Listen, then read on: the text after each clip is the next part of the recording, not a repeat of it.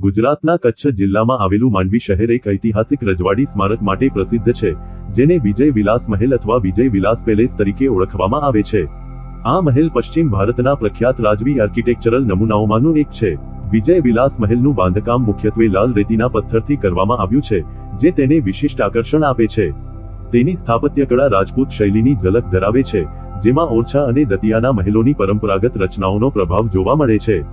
મહેલના મધ્ય ભાગમાં ઊંચો ગુંબજ છે, જ્યારે બાજુઓ પર બંગાળની શૈલી મુજબના નાના ગુંબજો બનાવવામાં આવ્યા છે. બારીઓમાં રંગીન કાચનું નકશીકામ છે, જ્યારે પથ્થર પર બારીક કોતરણી કરીને જાળીના આકારો ઊભા કરાયા છે.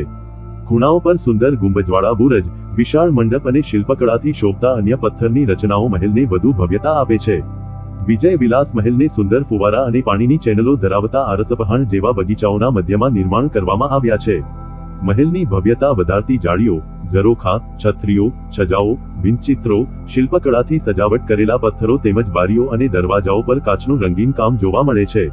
આ અદ્ભુત કળાનું સર્જન જયપુર, રાજસ્થાન, બંગાળ અને સૌરાષ્ટ્રના સ્થાપત્યકારો તથા કચ્છના સ્થાનિક કારીગરો, મિસ્ત્રીઓ અને સુથારોના સહયોગથી કરવામાં આવ્યું હતું.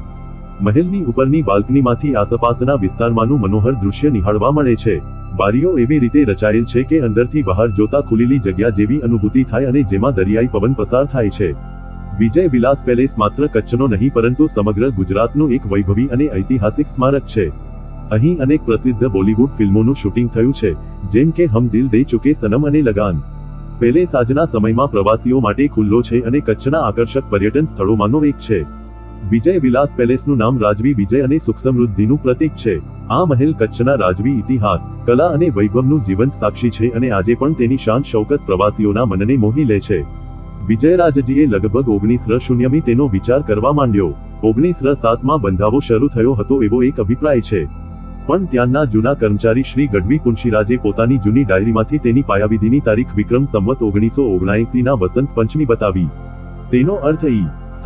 1903ની ફેબ્રુઆરીએ તેની પાયાવિધિ થઈ હશે. તેના આર્કિટેક્ટ તરીકે જયપુરના શ્રી માધવરાવ, ઇજનેર તરીકે શ્રી છોટાલાલસિંહ શેઠ, પાયો ભરનાર હરિરામ ઠક્કર તથા ઓવરસિયર તરીકે હિંમતલાલ ધોળકિયા હતા. મિસ્ત્રી બાલારામ હતા. પુંશીરામના અંદાજ પ્રમાણે તેનું ખર્ચ 60 લાખ કોરી થયું હતું, પણ શ્રી પૃથ્વીરાજજીના અંદાજ પ્રમાણે R0 લાખ કોરીથી વધુ ન હોય. મહેલને બાંધતા 12 વર્ષ લાગ્યા હતા. તેના આસપાસના ભાગને સજાવવાનું કામ પ્રખ્યાત વનસ્પતિશાસ્ત્રી ઇન્દ્રજીએ કર્યું. પ્લાન્ટેશન વિકસાવવાનું કામ નવસારીના નાગરજી દેસાઈએ કર્યું. આજે તો ઘણું અસ્તવ્યસ્ત છે, સુકાવા લાગ્યું છે, છતાં તેની ભવ્યતાની ઝાંખી જોવા મળે છે. મહેલની જાળવણીનું કાર્ય રાજ્યના ઇજનેર મહાપ્રસાદ દેસાઈ કરતા. મહેલ સામે ઊભા રહીએ તો તેની ભવ્યતા આપણા સામે પ્રગટે છે. 3 માળનો વિશાળ વિલા છે. ભોંયતળીએ 8 ખંડ છે. પ્રથમ માળે 15 ખંડો ખાલી છે. મહેલને ફરતા 11 ઝરૂખા છે.